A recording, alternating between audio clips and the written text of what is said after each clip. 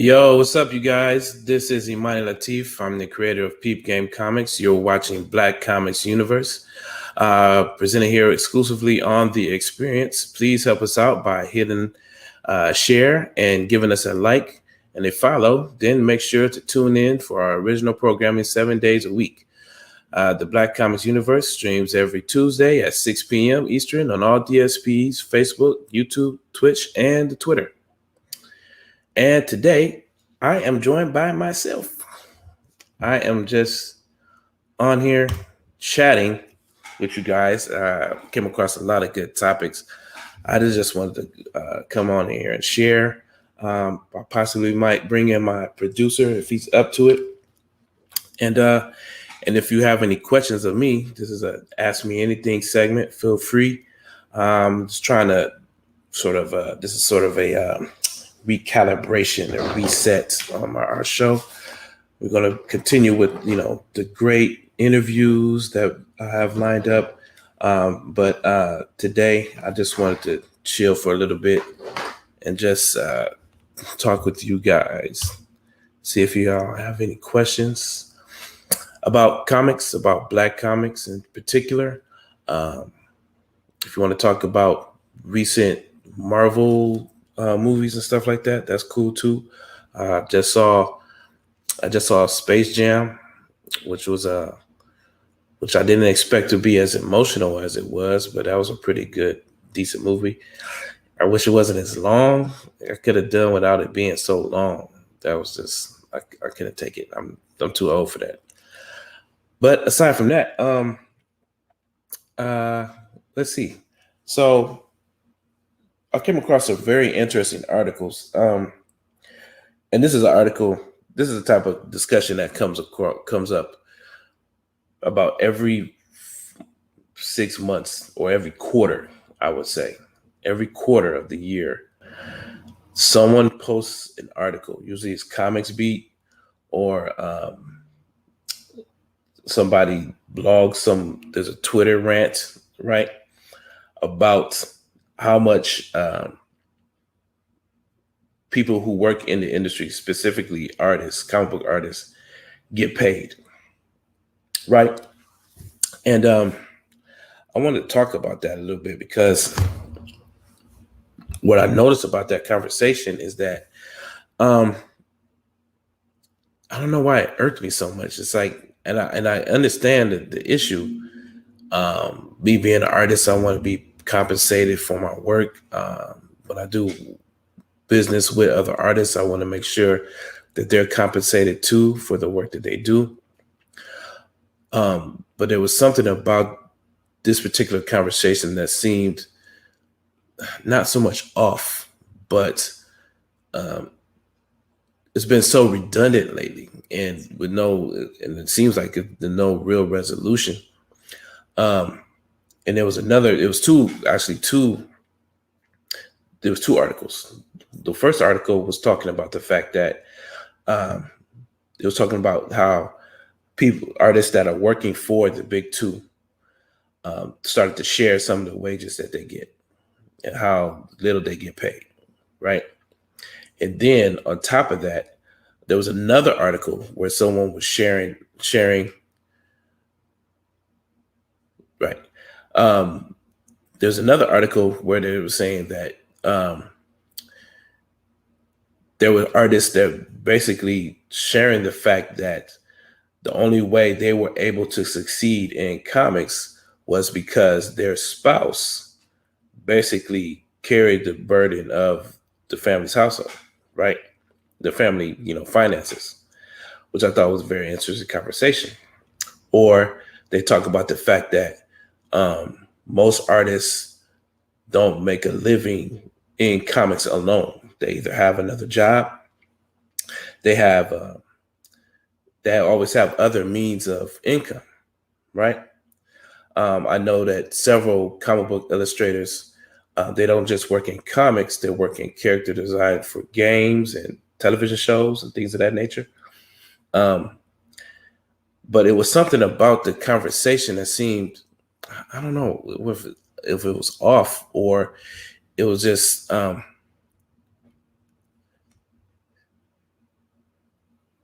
right. And I got, of course, hey, Kyle, my producer, he's chiming in. He's giving me all kind of information. And if you want to jump in on this, feel free. But yeah, Brandon Easton, he's got a day job. That's why we can't get him on your show. I get he just ain't off work yet. Several writers. I think I saw an interview with the writer of Eve, the new Boom book. Victor Laval. He says it was so funny. He was in an interview. He said he said, well, it's like I'm a writer, which means I teach for a living, basically, right? And I was like, oh, I laughed at it, but at the same time, and I thought, well, of course, like you find a way to maintain your household at the same time being a part of this creative endeavor. And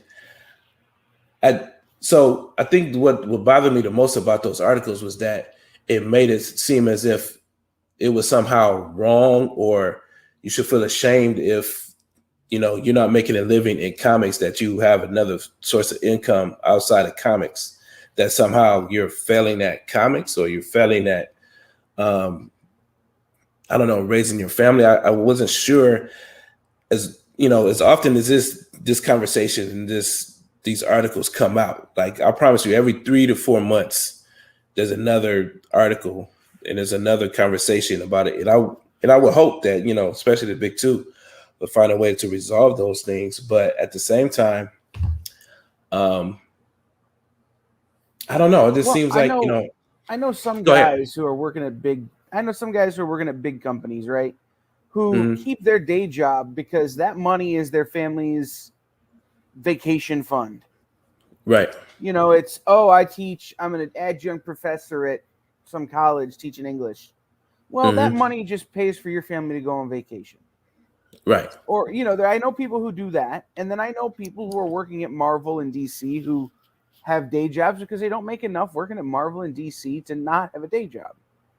Right. And what's interesting to me is that I had a friend of mine make a post, and it may have been something you saw too. I think we're mutual friends with them, who basically said that any success they've had in comics is due entirely to the fact that their wife, right, that's the one I saw, pays the bills. Right. And I see now, mind you, I see that a lot, and I've actually wondered why more artists don't mention that, because I know I've seen artists who even claim that they're successful at comics, but I know I just look at just take a couple steps, and I look and see where their support is coming from. Not to take away anything from their success in comics, but I know the profit margins. Right. I know how hard it is. So unless when I see that you have kids and a house and a mortgage and all that kind of stuff, I'm looking for that other source of income. But at the same time, there's nothing wrong with that. I don't. No, and I think the problem that these and I'll tell you, as a retailer, I just wandered into it with a bunch of retailers. In that, one of the bigger retailers in the country went around and they're starting a new program, and they're trying to onboard other retailers into it. And he made some posts about, let's talk about location, and how, if your shop's not on a main street, you can't be successful, and this, that, and the other. And I go, we need to stop this conversation because we haven't defined the basic terms. Define successful. For guys like you and me, maybe being successful where we live in the country, you don't have to make as much money to live here as you do to live in LA. Right. You can live very comfortable here on a third of what you need to make in LA. Right. To live in the same kind of level. It's success is different for different people. So somebody who calls himself successful might just consider themselves successful because they got a book on the market. They don't care about the money made from it. Right. They got a book on the market. And that's something to be said about that. It's like, you're interesting. It's like you mentioned Brandon Easton, and he's a perfect example of this because what I like about how he's approached comics is that he has his main thing is like to stay in the game. So yes, he writes for comics, but he also writes for television. And you can definitely see that the two feed off of each other. So like when he's approached by DC because he's coming off a successful run of Vampire D or whatever big show, whatever big name that he was a part of, right? So he's building his resume so that he can, that continues to open doors for him. And and there's something else we talked about here too. Like, most comic book companies do not employ creatives as employees. They're independent contractors. Right. It's work for hire. So what doesn't come with work for hire? Health insurance. There it is. What doesn't come with work for hire? 401k, a retirement plan. So a lot of these guys, and I think Brandon is one of those guys that sees that other compensation in a day job, the health insurance, the 401k, the retirement plan, the educational opportunities, if he wants to take a class. Like, there's so many other forms of compensation that you don't get as a creative because you're not an employee of anyone other than yourself. Right. And just because you sign an exclusive deal with DC doesn't mean they're going to give that to you. That just means that you're exclusive with them as a contractor. So why would you walk away from a job that's going to provide you with healthcare? It's going to provide you with other things. Yeah. If you can do both. Yeah, as long as you can manage both, I want to see why you would let go of one or the other. And then my wife had read somewhere, and she's been, keeping this on the forefront of our minds too, is that like we should have 7 streams of income, right? As a family, and to a degree, it's like, yeah, it's like, when I look up, it's like, yeah, I'm working towards at least 2 or 3 myself. Right. Where it's like, and I'm not necessarily, and that's not because like one part of my job is failing or all that kind of stuff. If nothing else, the pandemic showed me that, what the job that I thought was secure is no longer is nowhere near as secure as it used to be. So I have had to, change it up. So basically, like the conclusion I came to with those articles is that it wasn't so much that I don't want to tell creatives like get over it and just move on, but I don't know what the end game is for them as far as pushing the wages thing, especially with the big two, because I don't see them budging on. It's like, especially when, and I think, and you know what else, and it's like because here's the leverage that they probably have is that like they look at it like if you come and work for us, right? Then yeah, you should be able to turn around and kickstart your own book, publish your own, where the profit margins are a lot better, you make more money and all that kind of stuff, right? So they're giving you this opportunity to no, you might not be able to make a living here, but the opportunity we give you should be able to flip that into opportunities elsewhere as an independent creator. But and I have two thoughts on this too, like that I think are kind of how I would sum it up. I had a conversation with another retailer about knowing where your money is, right? Mm-hmm. And I was talking to him about if he's selling a book for $5 that he paid 50 cents for. Hey, I can hear myself. I hate the sound of my own voice. I apologize out there, the internet, if you have to listen to me talk. No, it's if you pay 50 cents for a book and you spend 3 hours selling it, you need to define what 3 hours of your time is worth. Yeah. So that's how much you're into that book. So know where your money is. So as a creator, because that defines what success is on that book. So as a creator, how many hours did it take you to make that book? Right? And how much is each of those hours worth? Then how much does it cost you to produce that book? Okay, great. Now you divide that number by the number of copies you got, and that's what you got to sell each book for to make $0. So if you can make 50 cents over that, that's 50 cents a book profit. Is that successful for you? I'm making some money. I might not be getting rich, but at least I'm making a little bit. It didn't cost me anything, but I also didn't lose anything. Is that successful? Define what's successful for you, and then work towards that. Don't let what anybody else is doing define your success. Right? No, like no, because it's like yeah, go ahead. Good. The second part of that for me though is listening to creators talk about the freedom they have to create. Right? And if you're working for the big two, that's great. But the vast majority of the market is taken over by other companies. People who let you be creative. So what role does that play in success? Right? I think Imani is extremely successful because he has built this part of the market that is his part of the market.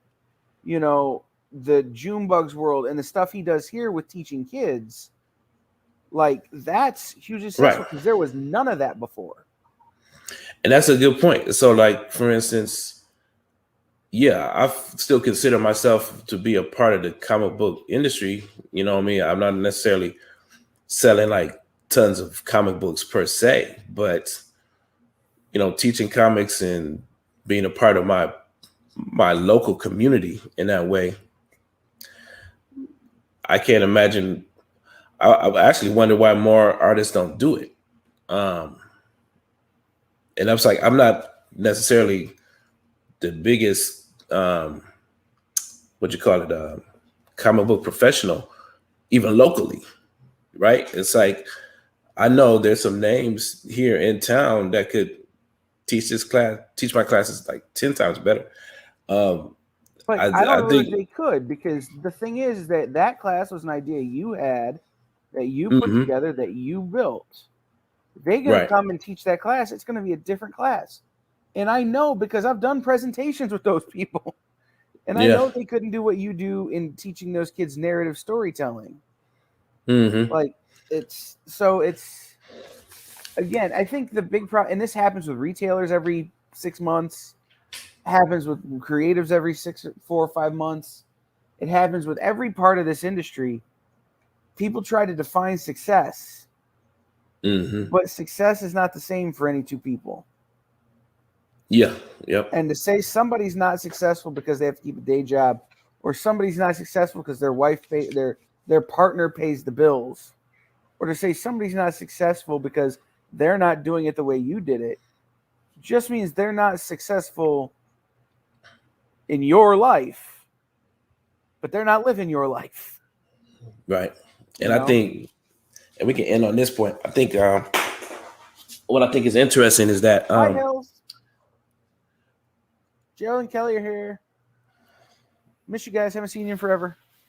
What I find is interesting is that we talk all the time about musicians, for instance, right? Or athletes. Yes, they make millions of dollars as an athlete, but they make their real money off of the investments, endorsements, and other businesses outside of sports. Shaq has made more money off of Krispy Kreme donuts than he ever made playing basketball. That's what I'm saying. It's like, so why? And I'm glad to support him in that endeavor. Right.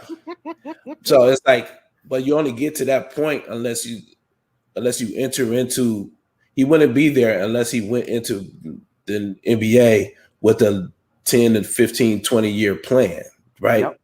So I would encourage any artist that's going into comics, or any person, because I get this question all the time. It's like, you see this question all the time as far as, I want to start a comic book business. Where should I start? That type of thing. And I'm thinking, it's like, the reality is, the business is, if it's just about you making a comic book, then I can teach you how to make a comic book, and you wouldn't have to spend no money. You wouldn't have to spend nowhere near as much money as you think you will have to spend to make that comic book. If you just want to, if you really about the art of making comics, that's not a hard thing. If it's about actually selling, distributing, finding artists, finding talent, that's like starting a comic book company is dang near like starting a music label. It's not a short-term idea, you know. Right. And you should have a 15 to 20-year plan where whatever, you know, intellectual property you're making in this comic book, it should live on in, whether it's animation, film, you know, novels, whatever the case might be, television. And if you don't really have a plan, you don't see your intellectual property, you know, stretching out that far, then maybe you don't necessarily need a comic book business to create what you want. Maybe you just want to figure out how to make a comic book. You know, you want to learn about the art of making comics, and that's easy. I mean, that's a lot of fun. But so much for that topic. Yeah, no, like I said, I hate when that debate happens, just because it makes a lot of people feel inadequate. Yeah, and it's like, because it's like there's no way to win, because it's like what happens is you make the artists feel inadequate or underpaid, right? You put pressure on the writers and creators who are out there kickstarting books and trying to bring in artists. Now they're trying to make sure that you have you got some dude fresh off the boat trying to make comics. Now he's trying to make sure that you have a living wage to draw your book, and there's no way he can afford that. Well, so there's another part to this that I just thought about.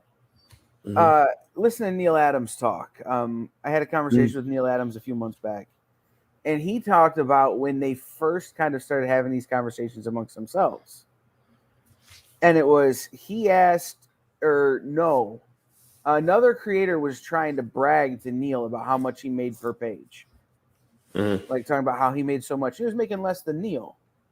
But Neil then went over to another a black creator who he had been working with at the time, who he really admired and thought was maybe the best guy going at DC at the time, and ask him, hey man, so and so just said he got this for page rate. I know what I get. Are we in the same ballpark? And this guy was like all offended because he was nowhere close. Mm-hmm.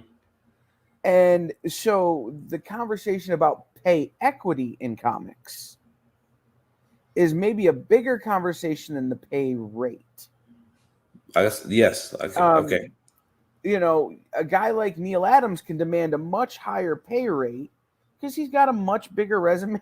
You know, he's Neil Adams. Mm-hmm. Mm-hmm. But that doesn't mean that the guys working on your successful books deserve to be paid less because they're newer. Mm-hmm. You know, everything's got to start at the same, and then it can be negotiated. Mm-hmm. You know, it's if they offer everybody a same starting page rate, you've got pay equity. Right. You know, they can't offer somebody less or more because of that. But if you go in and say, well, you know, I see what you're offering me in page rate, I got to get this much because I'm also doing this book over here at Marvel, and you want me to prioritize this and that and the other thing. That's on you, right? But so often the newbies get offered so much less in comics because they're the newbies. And they're the ones these days who are bringing the hot books to the table. You know, I've noticed that, like, especially with the big two, there aren't, growing up in the 90s, right? Especially with the big two, all the hottest artists were at the big two. All the biggest names as far as artists were at the big two. And pretty much every book had a hot artist. It didn't matter if it was a major book, it had a really hot artist on it, especially all the X-Men books. All the X-Men books had hot artists on it. Spider-Man, all the big names came out of all those big books. What I've noticed lately is that the biggest books have the biggest writers now, but I couldn't tell you who half the names are as far as the artists anymore. And if it's a really hot name, then it's usually a short run. Mm-hmm. It's almost like it's a big event book, like what Mark Millar does, right? It's like it's only like a 5-6 issue series, but he'll have Copier, he'll have John Romita Jr. Yeah, but it's like, but it's a really short run, right? Or even hell, I'm surprised that Snyder held on to what's that cat's name? Capullo. Yeah, I'm surprised he was able to hold on to Capullo so long. But that was a beautiful run. And yeah, I mean, and that those guys, but that co-creators, like they were credited as co-creators on that book. So it might, it's probably a little bit more of an even split. Yeah, and look at Tinian. And he put in work, and he put in work. Right. But yeah, look at Tinian right now. He's the hottest writer going, and with the exception of Nice House on the Lake at DC, his artists are changing near constantly. Yeah. Yep. And I think part of that probably has to do with keeping up with the publication rate. Mm-hmm. He can turn scripts a lot faster than guys can draw them. And at 2 books a month, you need to have 2 artists working on all the time on it all the time. Mm-hmm. Which I there's some of that, but I also think it's that these guys come on, they get noticed, they get offers, they leave. Well, see, that's the thing. Like now, they've created such an environment where they don't trust that they can make a living there, so they look at it on the short term, and they can, the being that, and I don't know if they talk about this enough, and I would like to see somebody at ICV2 maybe, or or Comics Beat talk about like the comic industry was not necessarily hit hard, but it's been really impacted by outsourced work. And I don't think they talk enough about outsourced talent. Well, I just lost a friend by the name of Daraj, who was an up and coming. He was a painter.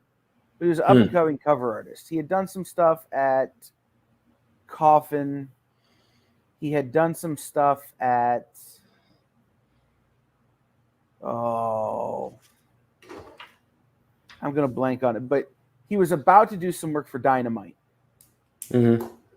And he lost. He caught COVID and passed away. Wow. But he lived in India. And I only knew him through the internet and from meeting him at like New York. But you know, this idea of outsourcing work, comics are a global medium now. Some of the, you know, the Art Germ, you know, he doesn't want to leave home. He's got a great job. He's got a family. Art Germ has a day job, by the way, guys. Yeah. He's not doing covers. He's got a day job. He's a teacher. Like, see, there's nothing wrong with that. But no. I will say this is that it makes it hard to come to some type of, I think it might make it hard to come to some type of level page rate, especially when that's where that whole equity argument comes in, because it's hard to get to that point. If especially like these bigger publishers can now just reach out and find someone just as talented for that much cheaper, because that's what I've noticed. That's what I've noticed the most as far as like our comic art now compared to when I grew up, is that everybody draws, not necessarily draws like Jim Lee, but I see there's like a ton of artists that know how to, I put it to like, they know how to draw good enough. Sure. They know they know the trade as draftsmen. They know how to. There was an interesting comment made by an elder statesman. I can't remember who it was. It might have been Scott Hanna. I don't remember who it was. But the big thing is that so many people work digitally now. Yep. Right? That there's no original art for these books. So these older guys who are used to a higher page rate than they can get now are making up that difference by selling original art. I still work with a pencil and paper and ink. Well, here, an original art's as high as it's ever been. So I could do this Spider-Man page. They're only going to pay me, I don't know, $100 a page or whatever it is. But I could sell this original art for $3,500.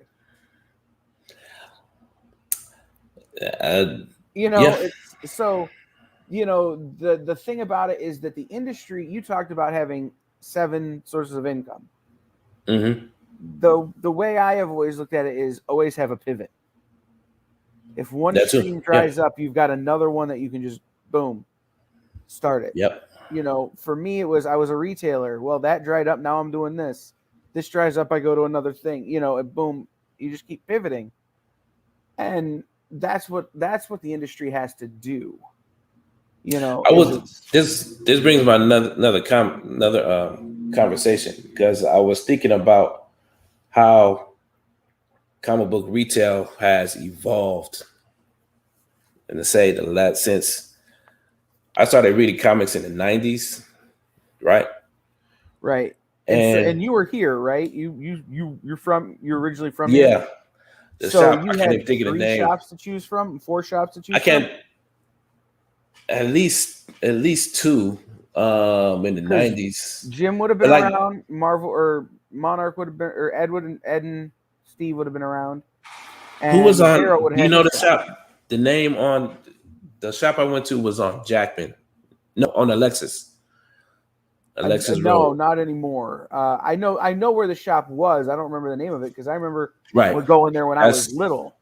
That was my shop. But the thing was in the 90s, because it was such a boom, it was like there was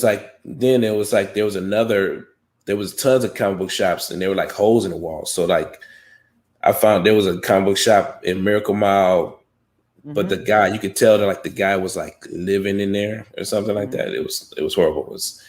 It was disgusting in that shop. But basically, so yeah, there was a ton of shops. But so I was thinking about how comic book retail, I've gone from, I used to go every Wednesday as a kid or on the weekends, riding my bike to the comic book shop, right?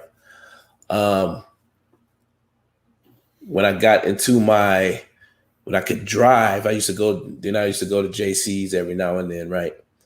And then I never really got a pull list because I was never that kind of collector that spent like $200-$300 a week or anything. I was never that guy, but I was a part of that whole. I was buying all the animal spinoffs from Teenage Mutant Ninja Turtles. So yeah, the hamsters, Boris the Bear, all that stuff. By the way, it's Bob Burden's birthday. Shout out to Flaming Carrot. Yeah, see, not really an animal, but still kind of in that vein, right? Yep. But it was like that whole era, like it was like everything was a knockoff of Teenage Mutant Ninja Turtles, really. And so I come out of there, and it was sort of like when I was in my 20s, for whatever reason, I didn't like the retail market as much anymore. It was sort of like it wasn't convenient for me. Like I would go to the shop on a Wednesday and they wouldn't be open until like 12 or 1 because they had to do the pull list and all this. And it was just like I just got tired of just sitting out in front of the shop waiting for my books. So around early 2000s, that's when Comixology pops up, right?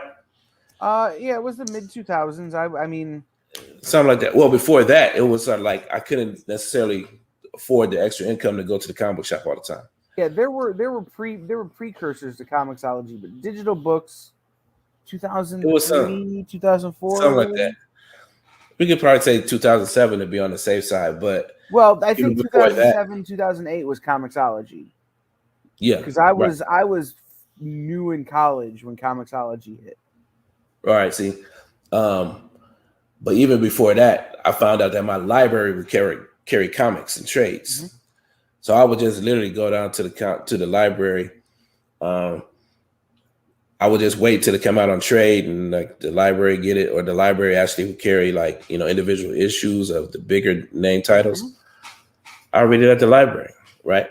I wouldn't even go to the shop. The Toledo Library, and I'll tell you this because I worked there. They got the mail order subscriptions when mail order subscriptions were still a thing.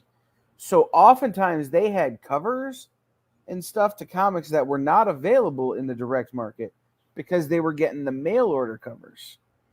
That's something to think about when you're looking for you specking on books, because sometimes I don't think that was ever much of a thing. Like I don't see them listed that way online and in places like that, but they'd have the.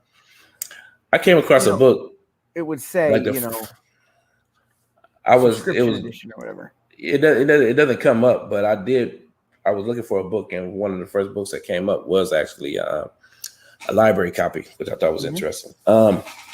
So there was a library, then Comixology, because what I liked about Comixology, at least in the early days, they didn't do the like Wednesday, like I roll out of bed 9:30, 10 o'clock in the morning, the books were there.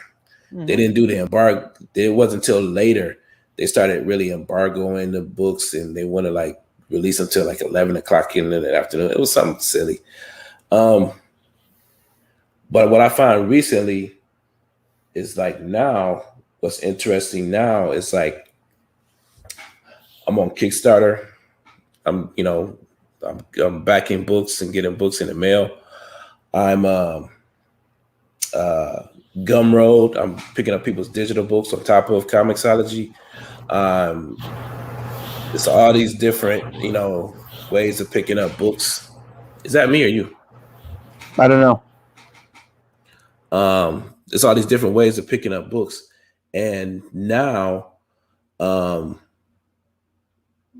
and I like to mention like the comic book experience. I've been I've become addicted to watching people's live streams. So like now I've I've picked up at least 6 or 7 books on a live stream of people just sharing what they have in their back catalog. And I Mm-hmm. think that goes into that whole discussion of being able to evolve, right? Because I think that's definitely saved a lot of. I can tell that saved a lot of local comic book shops. Them being able to get online Mm-hmm. and sell their comics on between the experience and comic book shopping network. I've been Mm-hmm. I've, I've been having a blast with that. Yeah, no. So there are two big trends in retailing right now, comic book retailing, right? The third market, which is what I'll be honest, we call it. The Experience Mm-hmm. Comic Book Shopping Network. We came up with the term. We're calling it that. Whether that's what it actually becomes called, that's what's You got your first market, which is the direct market, in-store sales. You've got your secondary market, which is eBay, Facebook Marketplace, auction sites, and then the third market is the live sales through social media, right? Mm-hmm. So that's one big pivot. But the other one is the way that stores are transitioning to a more traditional book market model. Mm-hmm. Comic book stores for so many years have been dependent on Diamond. Right. And there ain't nothing wrong with that. Well, there ain't nothing wrong with there are huge things wrong with that, but the methodology of having a single place where you can go and order all your books is perfectly acceptable and fine. The fact that Mm-hmm. you had no option other than Diamond was a whole thing. But now it's, Marvel's at Penguin Random House. Literally, the orders that are due at the end of this month are the last orders people will ever place for Marvel through Diamond. Like generally. Because they're ordering books to come out October, Mm-hmm. which is after the Switch. Okay. Now, some retailers will stay with Diamond to get their Marvel books, but that's a whole other ball of wax.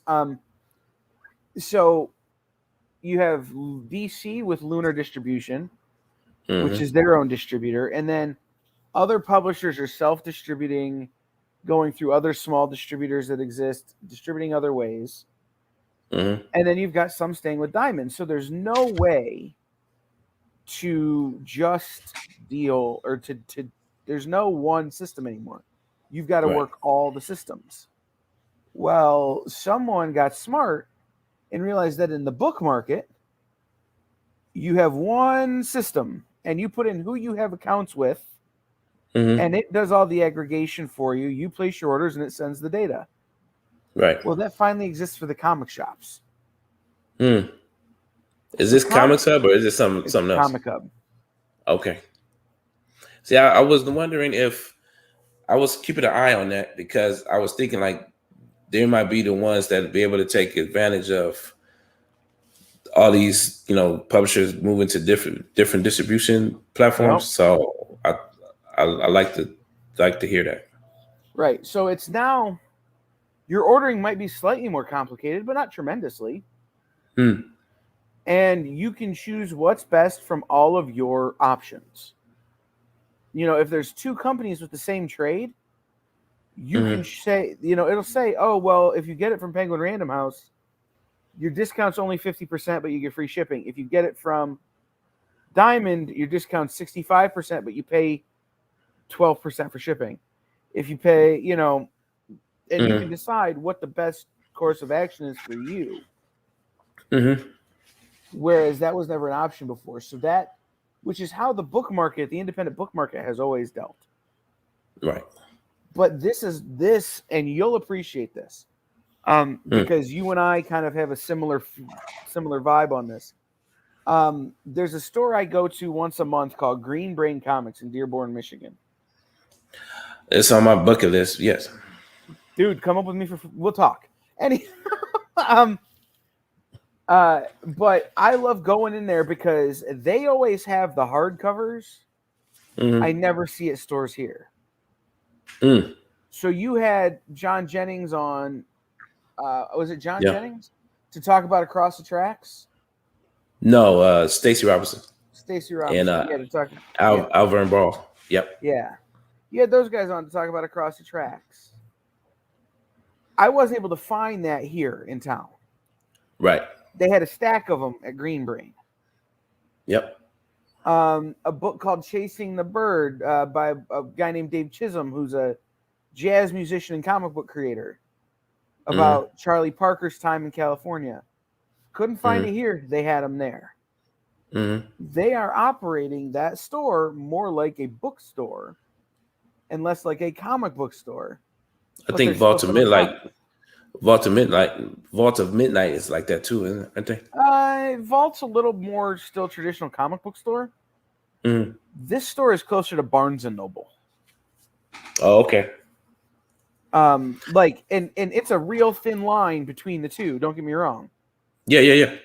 But it's that, and like the Laughing Ogre in Columbus is another one of these stores that you go in and it's a comic book store. It's by all means a comic book store. But you can see by what's on the shelf that they're a little closer to bookstore. Right. So, I appreciate that. And that kind of pivot to here's a way to offer things to customers that may not otherwise have been available before is going to be a huge, huge change. And big advantage for the direct market, because speaking of,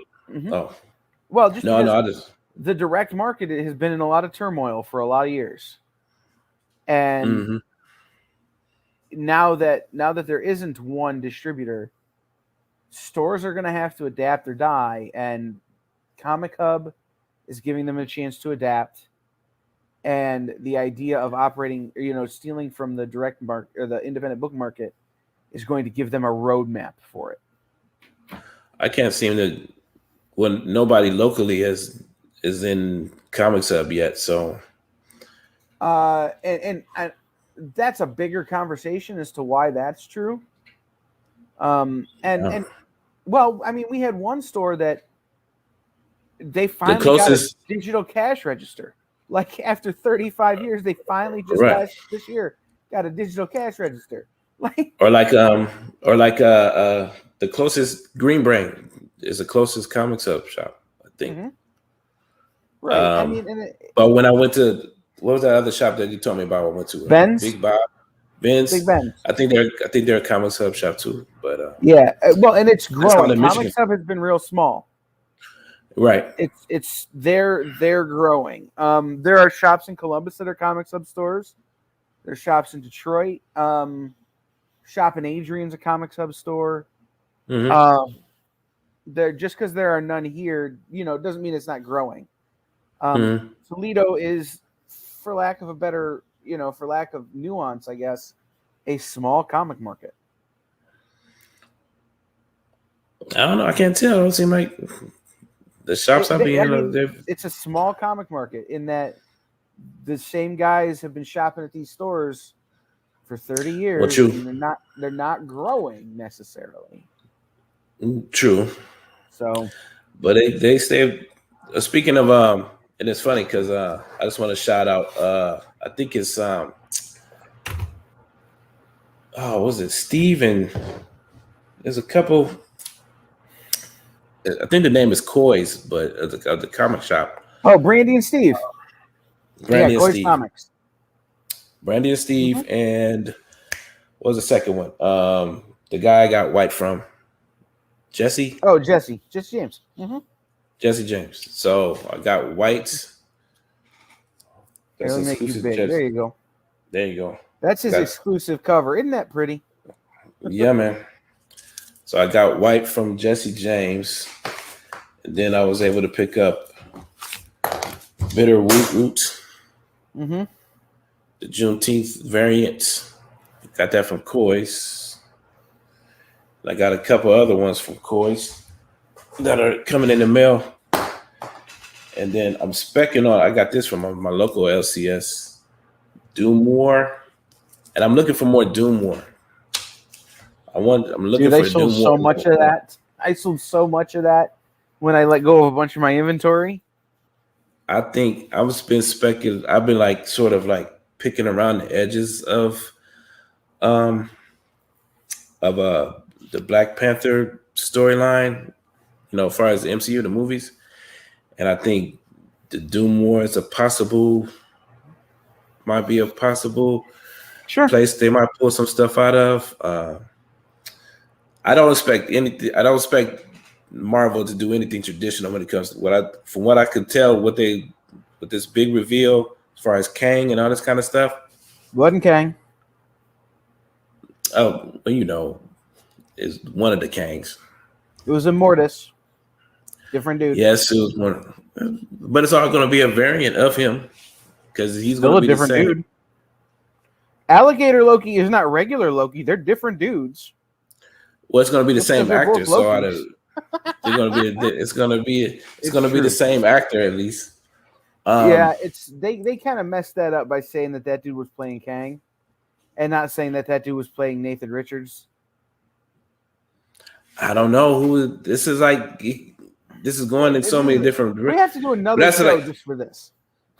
Basically, because Marvel is like, it's like whatever you think Marvel is supposed to do, it seems like they intentionally find a way to like do it the exact opposite every single time. Let me ask you a question. Yeah. They're one of the what ifs, and now that they've said that what if is relevant, so some of the what if storylines are going to stick. They're not all just going to be tertiary now. Okay. Because it was going to be its own kind of standalone thing, not part of the regular MCU. Yeah. That is no longer the case. Okay. Because of what happened in Loki, all of these timelines some of these stories can exist just as alternate timelines. Right. So one of the ones they're doing is, what if T'Challa had been kidnapped by Yondu instead of Peter Quill? Right. Let me, and it's the last thing Chadwick Boseman did, and I think we're probably in agreement that we don't want to see somebody else play that role. Okay. But let me ask you this. If they were to set it up, what if T'Challa had never become the Black Panther? What if they did, because that was a comic. What if they tell that story? Are we okay with a Black Panther movie where somebody else is Black Panther? Well, somebody else is carrying the title. Right. And that's when they said that they weren't going to recast T'Challa, right? They never said they weren't going to recast Black Panther. Right. And I keep trying to remind folks that his mother, the Queen Mother character, she immediately asked Nakia to take the herb and become Black Panther. And I thought that, and I've always looked at that as foreshadowing that eventually, under whatever circumstances they were looking to create, that she was going to be somehow wearing the Black Panther mantle, right? All right. So here's where the question really gets weird and in depth, right? Because you and I are on the same wavelength, and so is Gerald. You know, it's a title that people carry. Black Panther is a title, not a name. Like, right. How do we explain that to the normies? Because people were very much okay with, or not okay with, a non-blonde white dude being Thor. Like, people got all bent out of shape about that. People got all bent out of shape about Captain America might be a bad guy. You know, how do we explain to the normies that this is a title and not like some sort of sacred like endowment They, or something. but that's the weird thing. That's like that's what Marvel is getting right. At least in the cinematic version of this, is that they're doing things and they don't explain at nothing at all. Right. Right?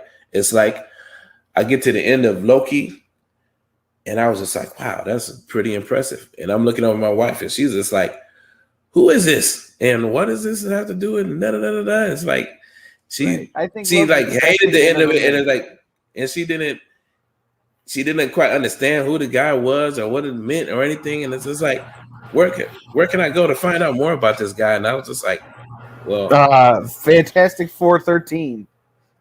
yeah, but that's the thing. It's like, then it occurred to me that Marvel is making me care about characters. I never read anything with Kang in it, or the Well, Avengers for that matter. It's like we only got a like, couple minutes, but can I tell you when they have to tell the Rama Tut story, Pharaoh Rama Tut, and trying to explain that Kang was like a pharaoh in ancient Egypt, but who also knows how he's they from the future because he's related to Reed Richards.